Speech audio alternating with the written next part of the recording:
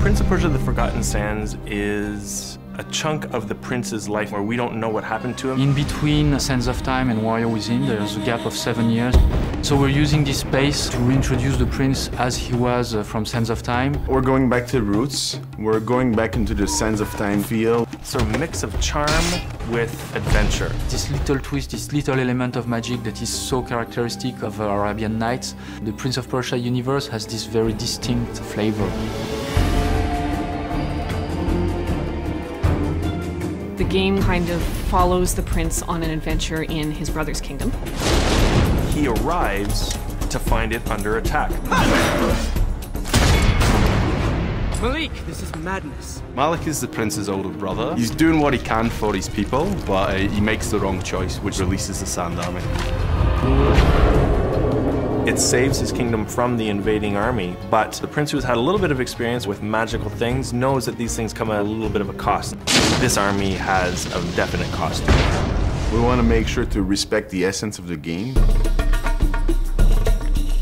The first time I played Sands of Time, it was like the fluidity, the agility, the elasticity of the move were incredible. I think it's really the prince's acrobatic prowess that make him stand out. The wall run for me will never get tired of. It's the epic move that people know from the original trilogy. We're bringing back all that. Run on the wall, column jump, acrobatic pole jumps. It's the moveset from the Sands of Time prince. The control scheme that he has is really the same as before. It's going to feel right to people.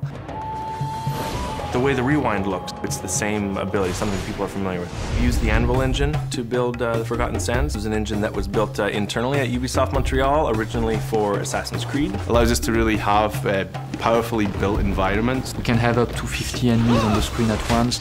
This makes for really huge battles. Massive battle scenes that happen in the distance, the type of stuff that was maybe implied in the Sands of Time, but we can show it.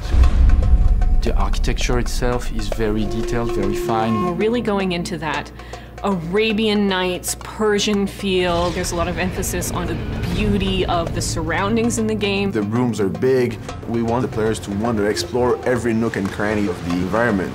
Every aspect of the game is very handcrafted. There's details everywhere. We wanted to invent on top of that and bring a new flavor.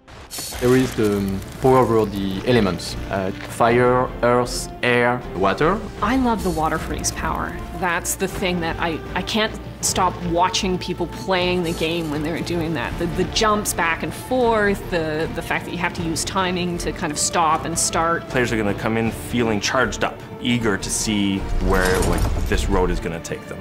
We have the core base and the acrobatics. On top of that, we've added the power over nature, the manipulation of the environments, the 50 enemy battles, the epic boss battles. There's so much in this to bring you back in. It's the game you should play if you like the original trilogy.